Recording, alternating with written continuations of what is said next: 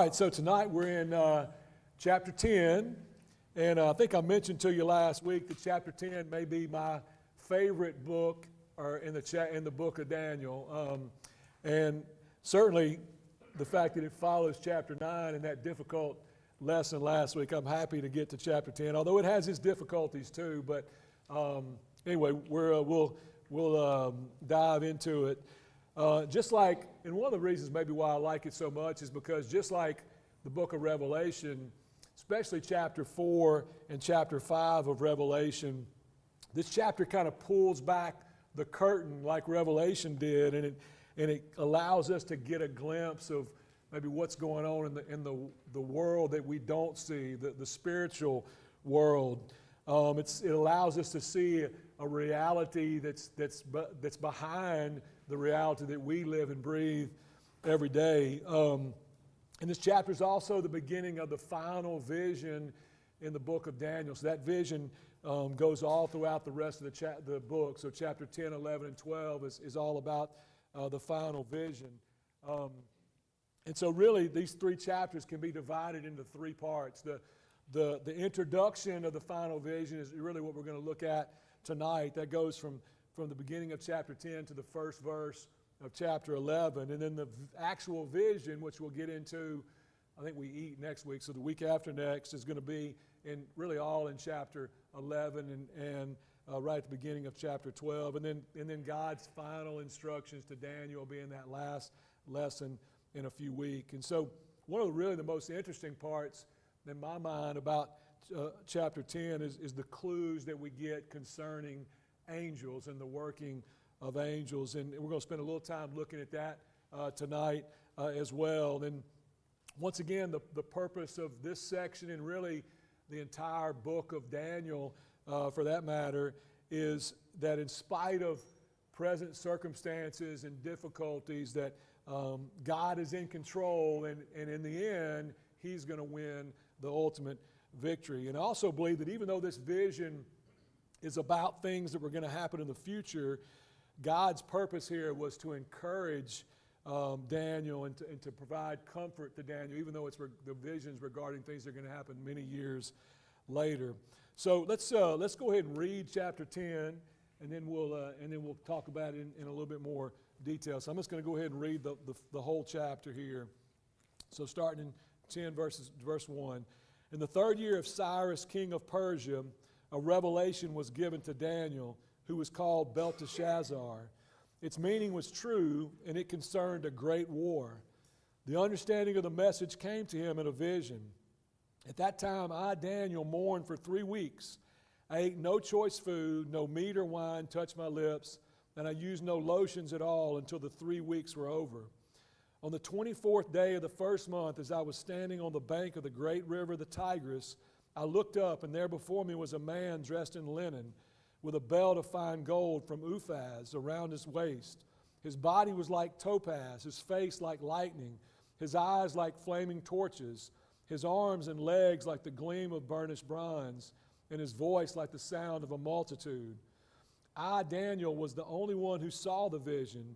Those who were with me did not see it, but such terror overwhelmed them that they fled and hid themselves. So I was left alone, gazing at this great vision. I had no strength left. My face turned deathly pale, and I was helpless. Then I heard him speaking, and as I listened to him, I fell into a deep sleep, my face to the ground. A hand touched me and set me trembling on my hands and knees. He said, Daniel, you who are highly esteemed, consider carefully the words I'm about to speak to you, and stand up, for I have now been sent to you. And when he said this to me, I stood up trembling. Then he continued, do not be afraid, Daniel. Since the first day that you set your mind to gain understanding and to humble yourself before your God, your words were heard, and I have come in response to them. But the prince of the Persian kingdom resisted me 21 days. Then Michael, one of the chief princes, came to help me, because I was detained there with the king of Persia. Now I have come to explain to you what will happen to your people in the future, for the vision concerns a time yet to come. While he was saying this to me, I bowed with my face toward the ground and was speechless. Then one who looked like a man touched my lips, and I opened my mouth and began to speak. I said to the one standing before me, I am overcome with anguish because of this vision, my Lord, and I feel very weak. How can I, your servant, talk with you, my Lord? My strength is gone, and I can hardly breathe. Again, the one who looked like a man touched me and gave me strength. Do not be afraid, you who are highly esteemed, he said. Peace, be strong now, be strong. And when he spoke to me, I was strengthened and said, Speak, my Lord, since you have given me strength. So he said, Do you know why I have come to you? Soon I will return to fight against the prince of Persia. And when I go, the prince of Greece will come. But first I will tell you what is written in the book of truth. No one supports me against them except Michael, your prince. And in the first year of Darius the Mede, I took my stand to support and protect him.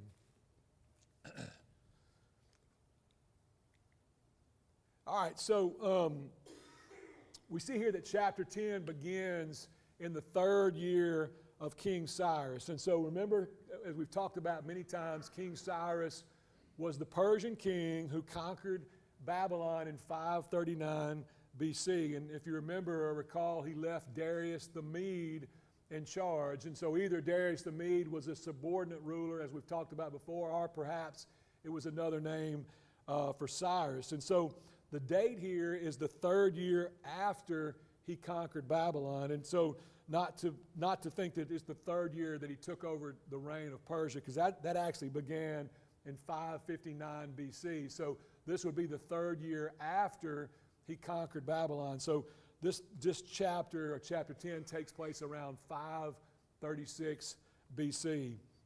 So approximately 2 to 3 years earlier is when Cyrus issued the decree to allow the Jews to return to Jerusalem. And we read about that in Ezra chapter 1 and chapter 2. So when that happened, thousands of Jews made their way back to Jerusalem, and they were led by Sheshbazzar and also Zerubbabel. Two people, although possibly one. There's some who think that maybe Sheshbazzar is another name for Zerubbabel, and we read about that in Ezra chapter 1 and 2 also. So many Jews go back, but Daniel remained in exile. And so we're not really given any reasons why Daniel didn't go back to Jerusalem. It's possible that he stayed because of his age. As you know, as we've talked about before, he's an old man now, probably maybe in his early 80s at this point. So also we see here in verse 1 that Daniel refers to himself as Belteshazzar, which, if you remember, that was the Babylonian name that Nebuchadnezzar had given him way back in chapter 1 after he was taken captive. And he hasn't been referred to by this name since chapter 5. And it's the only time in the second half of the book, in the apocalyptic section, that his name is called Belteshazzar. So why is that? Why would he mention that his name was Belteshazzar in this chapter? And we're not told why, but maybe it's because it's been so many years. Maybe it's Daniel's way of just emphasizing that, hey, I'm the same person that was named Belteshazzar back when the Babylonians took us captive in chapter 1. Maybe it's to remind us that even at the end of his life, Daniel is still in exile. So he informs us here at the beginning that this message is true and that the message topic is war, right? So he said there's a great war that's coming in the future.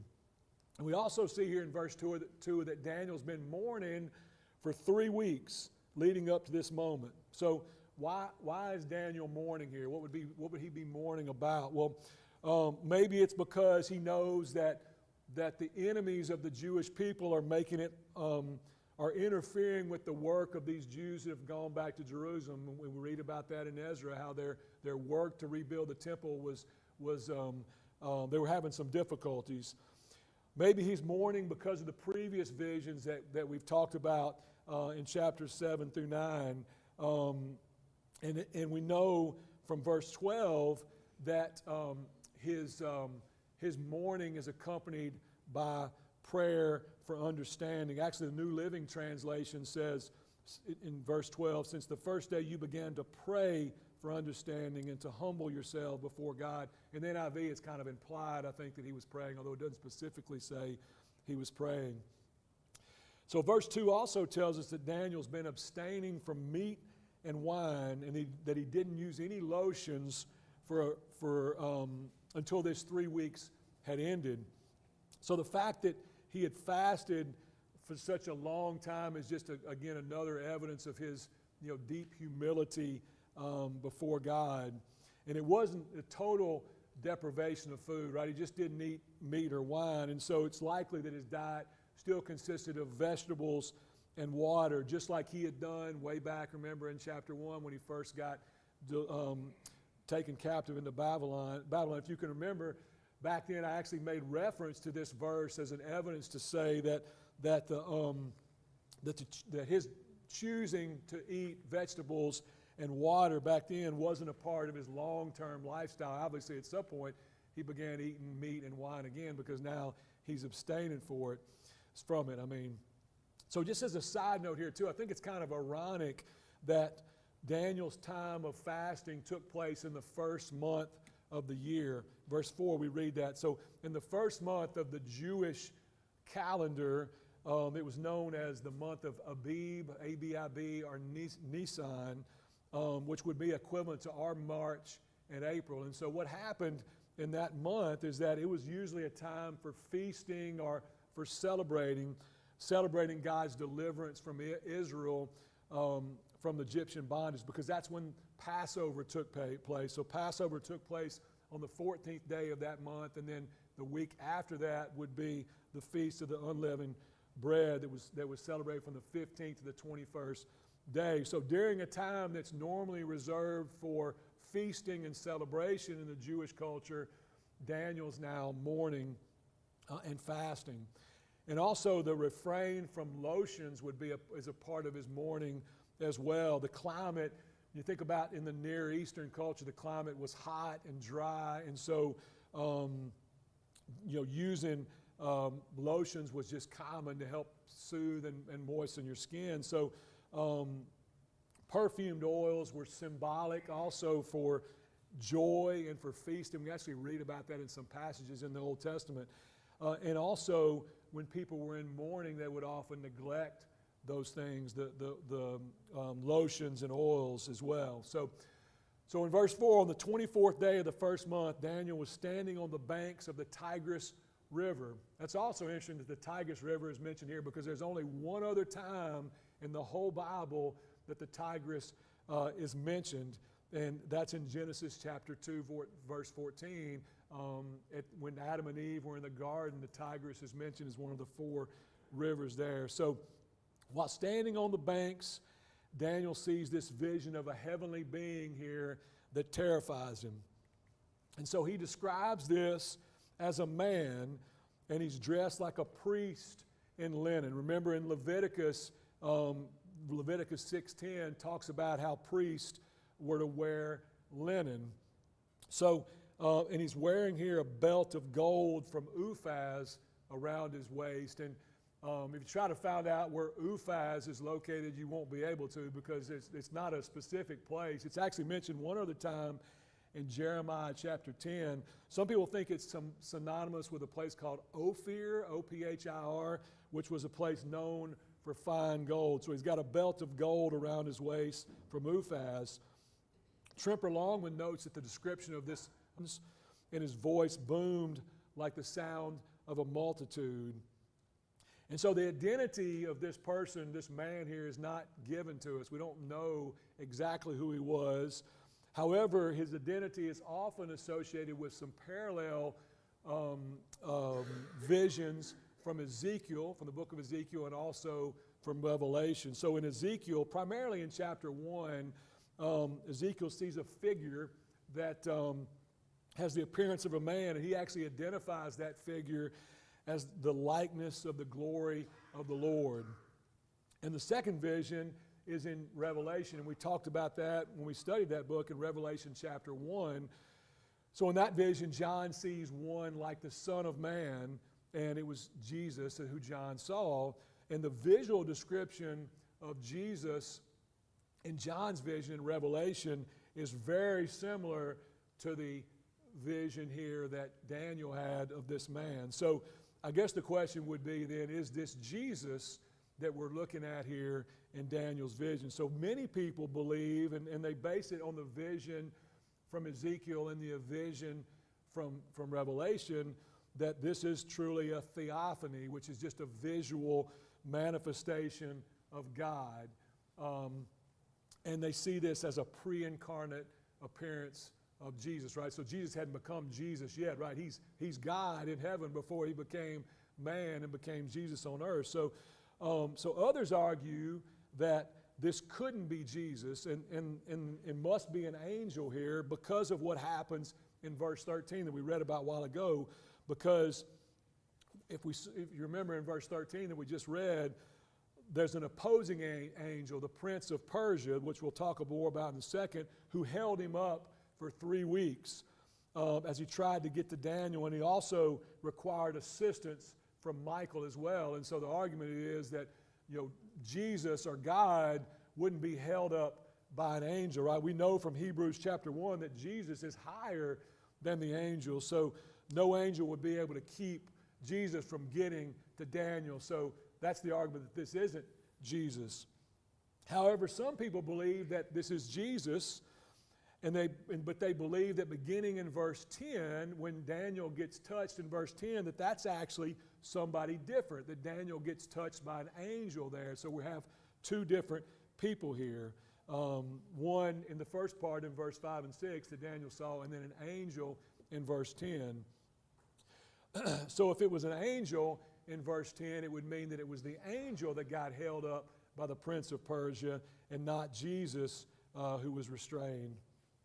And we'll talk a little bit more about that in a second. So verse 7, it says, those around Daniel don't see the vision, but they sense that there's something powerful going on here, because this, what we read here, it says they run away and in terror and they hide, which actually reminds me a little bit of remember when Paul was on the road to Damascus and he sees the light, and the people that are with him, they don't see anything when they're with him, but they heard the sound, and in Acts it says they stood speechless around Paul. So in this vision, Daniel, though, sees it and he hears it, and he basically responds by fainting, I guess you could say here. Look at verse 8 and 9. It says that he had no strength left, and he fell into a deep sleep with his face to the ground. It's actually not the first time we've seen Daniel react this way to a vision. Remember back in chapter 7, it said that he was troubled and his face turned pale when he got that vision. In chapter 8, it says that he was terrified and fell on his face. So in verse 10, we see that the man here that's mentioned in verse 10 begins with an encouraging message to Daniel by announcing that Daniel was highly esteemed, and he explained that he'd been sent to answer his prayers. So in Hebrew, this phrase here, highly esteemed, means that Daniel was highly desired. He was a precious man, somebody that was coveted by God. So then we see here a pattern of comforting Daniel through these verses. Sibley Towner, in his commentary, calls it celestial first aid that we see here, so that's given to Daniel. Verse 10 and 11, it says that Daniel was touched and lifted. In verse 16, he said he was touched and enabled to speak. In verse 18, he was touched and strengthened. And then in verse 12 and verse 19, it said he was told not to be afraid. And actually the command, do not be afraid, is the beginning of a number of speeches that we see in the Bible. It's what God told Abraham when he spoke to him in Genesis chapter 15, told him not to be afraid. He also told the same thing to Isaac in Genesis chapter 26. When God was talking to Gideon in the book of Judges, he told him, do not be afraid. When the angel spoke to Zechariah about him going to have a son, he told him, don't be afraid. It's also what Jesus told John in Revelation. You know, when John saw Jesus, he fell to his face like on his face like a dead person, kind of similar to what happened to Daniel here. And Jesus put his hands on John and says, do not be afraid. So we kind of see something similar happening here to Daniel. So then the man here that Daniel's talking to goes on to explain in verse 12 that because of Daniel's humbling himself before God and because of his desire for understanding, that Daniel's words were heard. And they were heard on the first day that he began to pray, 21 days ago or 3 weeks earlier. And so in verse 13, the angel gives Daniel the reason for not responding to his prayer earlier. He says he had been fighting with the prince of Persia for the last 3 weeks. And he couldn't come to Daniel until he was relieved by Michael, right? So Michael, one of the chief princes, comes and helps him. Michael is actually the only other angel in the Bible other than Gabriel that's mentioned by name in the Bible. He's mentioned 3 times in the book of Daniel. He's mentioned in Jude chapter 9 and also in Revelation chapter 12. Michael's name means who is like God. In Jude 9, he's referred to as one of the or as an archangel, which just means the chief or leading angel or a high-ranking angel. So there's a lot of questions here that we need to try to answer, right? So one question is, who's the prince of Persia that can resist a heavenly being? What's the nature of this conflict here that we get this glimpse of? And I think we all want to know more about this conflict that's taking place. What's the identity of this supernatural being that Daniel described to us? And is it somebody different in verse 11, that, as some have speculated, talking to him? Or is it the same person in verse 4 that Daniel saw? Is the person in verse 4 a theophany, right, an appearance of God? Because we know Jesus, again, wouldn't be resisted by or held up by an angel for 21 days. Stephen Miller has suggested this in his commentary, that we're really dealing with 2 figures here. That the being in verse 5 is a theophany or an appearance of God. And in verse 10, it's an angelophany, which would just be an appearance of an angel that looks like a human being. So if there are 2 different beings here, then God is not being restrained or hindered by the prince of Persia, but instead it's the angel who's being resisted by the prince of Persia. So some identify this angel, if it's a second angel here, as Gabriel, although again we're not told that it's Gabriel. And in other book or chapters we were told specifically that it was Gabriel. So I like the idea or thought that maybe it's 2 different people here, because it makes it make a little bit more sense to me that you have God and an angel, which could possibly be Gabriel, but I wouldn't say I'm 100% sure about that. But no matter here if it's 2 figures or just one, we definitely have, I believe, what could be described as a spiritual battle that's going on. And so on one side you've got God's powerful angelic army, and on the other side you've got the prince of Persia. So who is the prince of Persia?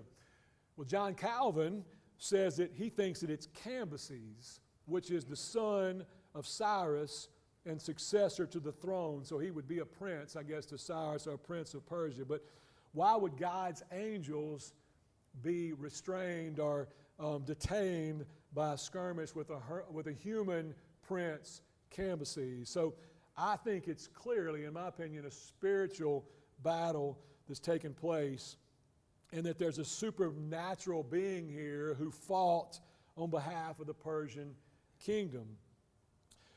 So I believe that this suggests that there's an evil angelic prince who's assigned by Satan to the nation of Persia. And so if so, then his mission here is to resist God's purposes for that nation. So it seems here that Daniel, or chapter 10 here, 12 through 14, those verses paint a picture here of a battle that's going on. So on one side, there's spiritual forces that emanate from God, and this unnamed angelic power, which we said could possibly be Gabriel, and Michael fight on God's side, and on the other side is the prince of Persia, who himself is powerful and evil. And he's tried to keep this heavenly messenger here away from Daniel, but he didn't succeed, right? So, and we'll see later, though, that even though he didn't succeed here, that the fight is not over yet. It's still going to go on. So, after describing the conflict here that led to this delayed answer, the heavenly messenger comes to Daniel and gives him the substance of the message in verse 14. So look at verse 14. It says, "Now I have come to explain to you what will happen to your people in the future, for the vision concerns a time yet to come." So this time yet to come, or time in the future, if you have the New Revised Standard, it actually says at the end of days. He's come to explain to me what will happen at the end of days. And so I believe that points to events that are going to happen in chapter 11 that we're going to talk about in our next class. Actually, the Hebrew phrase used here to describe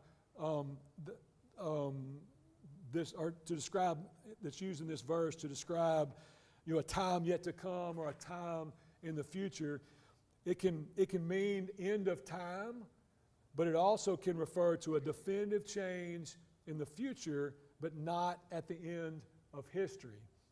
So I believe that the end of our future here refers to the end of what the vision is talking about and not the end of time.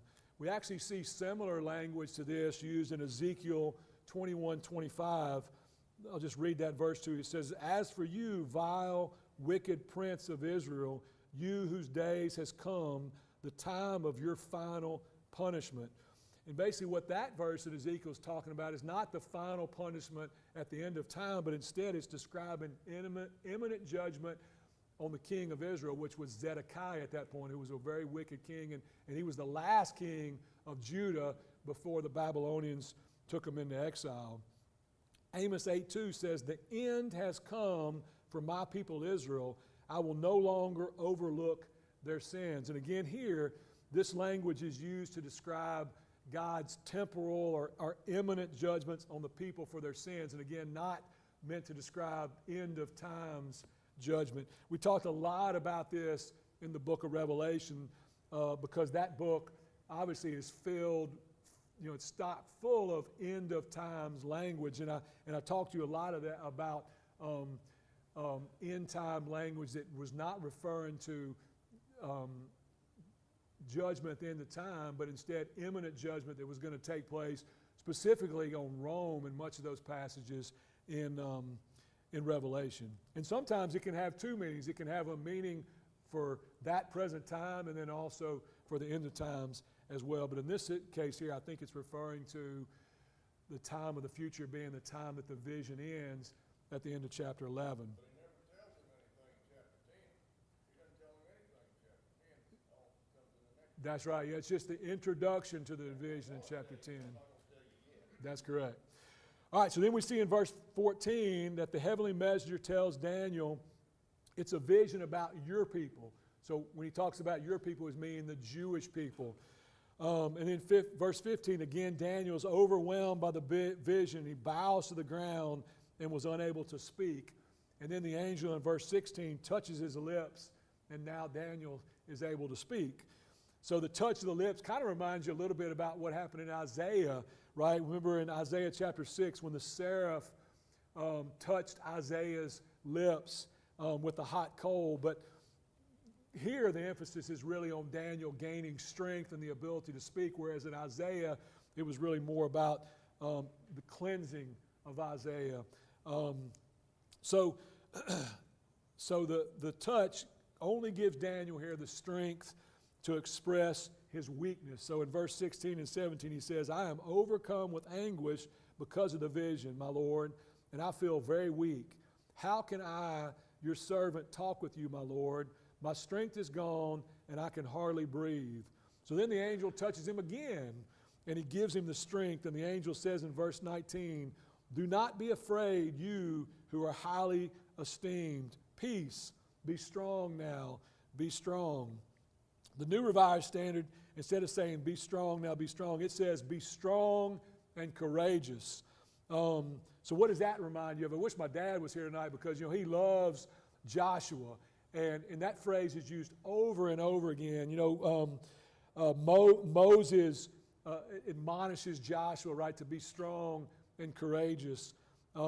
Actually, Joshua and Moses admonished the people of Israel to be strong and courageous. I didn't even realize this when I was reading, just in my daily Bible reading this past week, and I was in 1 Chronicles, and it's actually what David tells Solomon when he's about to die, and he's passing on to Solomon, hey, it's time for you to build the temple. I've prepared everything for you, and he tells him, be strong and courageous in regards to that task. So the angel here is preparing Daniel for the moment that he, as Doug mentioned, he hadn't received the vision yet, but he's telling Daniel, you're about to receive this vision of divine revelation from God, and you need to be strong and courageous. And so really, when we get to verse 20 through verse 1 in chapter 11 really belong together. And remember, when this was written, they didn't have chapters and verses, and so chapter 1, and some of you may have a footnote in your Bible that verse 1 of chapter 11 maybe belongs in chapter 10. So in verse 20, the angel asked Daniel, do you know why I came to you? And it's really a rhetorical question because he's already told Daniel that the vision was in response to his fasting and his praying. He told him that back in verse 12.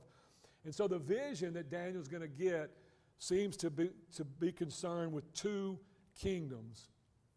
Kingdoms that we've talked about before. The first kingdom is the Persian kingdom, or the Medo-Persian kingdom. The angel tells Daniel that he has to return and fight against the prince of Persia. And just to remind you, the Persian kingdom started in 539 BC when they conquered Babylon, and it went on to 331 BC. In the beginning of chapter 11, very briefly, just in the first couple of verses, is going to discuss the history of the future Persian kings, and we'll talk about that next week. So what relevance would the conflict between the angel and the prince of Persia have with God's people? Stephen Miller said this. He said, this struggle with the prince of Persia involved all of the decisions and relationships that pertain to the Jews during the Persian period. So what would that involve? Well, it would involve the reconstruction of the temple because it was the Persians who let the Jewish people go back to rebuild the temple. It would involve the deliverance of the Jews during the time of Esther. Remember, that book was written during the Persian period when Esther was able to save the Jewish people. It involved the permission for Ezra and Nehemiah to return back to Jerusalem, and then their subsequent construction of the temple and the city of Jerusalem. And the second kingdom that the vision concerns, that we'll talk about next week or in 2 weeks, is going to be the kingdom of Greece. The angel says that he must deal with the prince of Greece who will come in the future. So Daniel chapter 11, verses 3 through at least 35, and we'll talk about this, I would argue even through verse 45, talks all about the Greek Empire, which existed from 331 BC to 63 BC. And so it's going to give us tremendous detail about the Greek Empire. And specifically, it's going to talk a lot about what's called the king of the north, which is the Seleucid king, and the kings of the south, which are the Ptolemies in Egypt. And then eventually it's going to get to that guy we've talked about before, Antiochus Epiphanes IV. So in verse 21, the angel goes on to say, first I will tell you what is written in the book of truth. So what's that? What's the book of truth? Well, it seems like the imagery here describes a heavenly book that tells the future. And I think it's kind of symbolic here of the foreknowledge of God. So it contains the stream of history that's going to be revealed. So in other words, John Collins puts it this way. He says, the book of truth contains the course of future history that is shaped by God. Tremper Longman says this. He says, remember the people that were the target audience of the book of Daniel, and even the people throughout most periods of history. They are the oppressed people of God, people who see no escape from their oppression. The fact that God has scripted history in His book of truth and that the rescue of His people is the end of that book, well, that's a great cause, or that's a cause for great optimism and celebration. So finally, the chapter here concludes with the angel saying this. He says, no one supports me against them except Michael, your prince. And so the phrase here, your prince, I think indicates the possibility that Michael, the archangel Michael, has special responsibilities for the kingdom of Israel, or the nation of Israel. And I don't know about you, but I like the idea of having an angel that's fighting for me or fighting for us. And so I think this passage leads me to believe that we've got powerful allies on our side. Let me drink some water here real quick. So in fact, when we get to Daniel 12, verse 1, it speaks of Michael, the great prince who protects your people. In Revelation, if you remember in chapter 12, we talked about the conflict or this great battle that took place between Michael. So if you remember in that passage, there was a male child who I told you back then that was Jesus. And so Jesus is taken up to heaven. And Michael and his angels fought against the dragon, who was Satan, if you remember, and his angels in heaven. And they eventually win, and they throw Satan and his angels down to earth. And again, this happened after Christ had made atonement for our sins by dying on the cross and going to heaven. And so I told you back then that I thought that was symbolic of that when that happened, that Satan had lost his power or lost his ability to approach the throne of God and accuse His people. And we'll talk a little bit about that in a second, about what happened in the book of Job. So again, Daniel chapter 11, verse 1 belongs, I think, with chapter 10. So it concludes this section by saying that he, the angel, has been fighting against the prince of Persia since the beginning, which would be represented here. The beginning would be the first year of Darius the Mede, the beginning of the Persian kingdom, when Cyrus conquered Babylon. And so he, the angel, supported and protected Michael, which would be him, I think, in verse 1. So in other words, Michael and the messenger here stand together in opposing the evil that surrounds the Persian kingdom. So let's talk a little bit now about this spiritual realm that I think that we're getting a glimpse of here in this chapter. So again, it's an unusual chapter because it gives us this picture of, I think, this spiritual reality that's going on behind the scenes from what we see. And so this spiritual realm obviously includes angels. And so the picture here in Daniel chapter 10, especially in 12 through 14, is that there's this heavenly conflict that's taking place. And on one side, there's spiritual forces of God, and on the other side are the spiritual forces of Satan. In Isaiah chapter 24, verses 21 through 23, there's an interesting passage. It says, "In that day the Lord will punish the powers in the heavens above and the kings on the earth below. They will be herded together like prisoners bound in a dungeon. They will be shut up in prison and be punished after many days." The Revised Standard Version, instead of the powers in heaven, it actually said the Lord will punish the host of heaven. So the powers in heaven that are going to be punished are the host of heaven above. They're going to be punished here. Seems to be spiritual forces that oppose God that are going to be punished. And no one, not even fallen angels, which are also we read about in Scripture, will escape the due punishment from God. There are a few other passages in the Bible that give us a glimpse into this spiritual world. One of those, as I mentioned before, is found in the book of Job. So if you remember in the book of Job, God and Satan fought over Job, right? So Satan goes right into the throne room of God and really accuses Job before God, saying that, God's protecting him. That's the only reason why Job is this great man, is because you're protecting him. And so God allowed Satan, if you remember, to harm him. He said, to harm Job, he said, you had limits. He couldn't kill him, but he could bring harm on Job. And so from this we learn that God and Satan were at war over people on earth, and that God, and we also learn that God has the upper hand, right? So even though bad things happen sometimes to good people, that God enables the faithful people to prevail in the end. Another passage that talks about this spiritual battle is found in Ephesians 6:10 through 18, one that's obviously familiar to you, about the armor of God. It says that we put on the full armor of God so that we will be able to stand firm against the schemes of the devil. For our struggle is not against flesh and blood, but against the rulers, against the authorities, against the powers of this dark world, and against the spiritual forces of evil in the heavenly realms. And then finally, there's the passage that we talked about again earlier in Revelation 12, where Michael and his angels do battle with Satan and his angels in heaven. And again, the good angels won, right? Satan's cast out of heaven so that he can no longer accuse God's people, those who are washed in the blood of Jesus.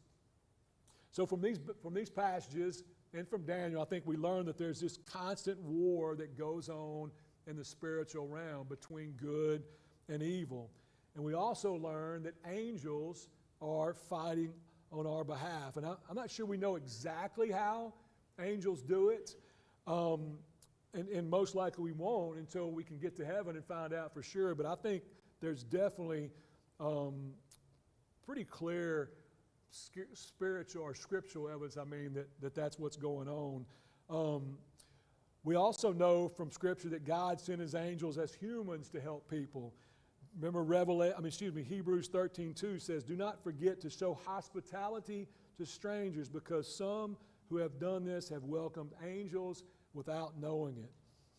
And so the book of Daniel certainly gives us more insight about angels, really probably more than any other book in the Bible. Hebrews 1 says that Christ is greater than the angels. Hebrews 1:14 says that angels are ministering spirits sent to serve those who inherit salvation. Jesus made reference to angels in Matthew 26:53. Remember, after Peter cut off the servant's ear, or Malchus's ear, the high priest's servant, Jesus said, "Do you think that I cannot call on my Father, and He will at once put at my disposal more than 12 legions of angels?" Love the thought of angels protecting us, right? So like this hedge of protection around us. Psalm 34:7 says, "The angel of the Lord encamps around those who fear Him, and He delivers them." Psalm 91:11 through 12, "For He will command His angels concerning you to guard you in all your ways. They will lift you up in their hands so that you will not strike your foot against a stone." One of my favorite stories in all of the Bible is found in 2 Kings chapter 6. It's a story of if you remember, Elisha he'd been telling the nation of Israel about the king of Aram, about what he was doing, and so they were finding out exactly what was going on. And so the king of Aram got mad, and he found out where Elisha was, and so he goes and he surrounds Elisha and his servant. And so in that story, Elisha's servant sees the Syrian army surrounding him, and he's scared to death. And so listen to what Elisha tells him. He says, "When the servant of the man of God got up and went out early the next morning, an army with horses and chariots had surrounded the city. "O my Lord, what shall we do?" the servant asked. And Elisha said this, "Don't be afraid," the prophet answered, "those who are with us are more than those who are with them." And Elisha prayed, "Open his eyes, Lord, so that he may see." Then the Lord opened the servant's eyes, and he looked, and he saw the hills full of horses and chariots of fire all around Elisha. And it just gives me chills thinking about that servant, who's just scared to death. All of a sudden, his eyes are open, and he can see the army of God that nobody else can see surrounding him. So I think there's some important kind of take-home points that we can get from this chapter. And the first one that I think I've emphasized is that there is definitely a spiritual battle that's taking place all around us. But we should take comfort in the fact that we're not, fighting that battle alone, that we've got God's heavenly army that's fighting for us. And I think we should, just like Elisha prayed, we should pray to God that he can open our eyes of faith to be able to see that and know that God is fighting for us. I think it's also important to know that Jesus won the battle, right? When he died on the cross and went to heaven and took away our sins, right? He won the decisive battle over evil and over Satan. And then finally, what we've talked about all throughout this book, that in spite of present circumstances, that God is in control and he is going to win the victory in the end. So again, I think we eat next week, but the following week in chapter 11, it's probably the most detailed account of history. It's history to us. It was prophecy to them about what took place between the kings in the north, those Greek kingdoms in the north, and the kings of the south, and the Jewish people that were caught in the middle in between. And so it's pretty amazing the detail of prophecy that was pointed out. It's also why there's people that I talked about in the beginning who think that there's no way possible that Daniel wrote this book when he did, because there's no way anybody could predict what was going to happen that many years in advance. Of course, we know that God certainly can do that. So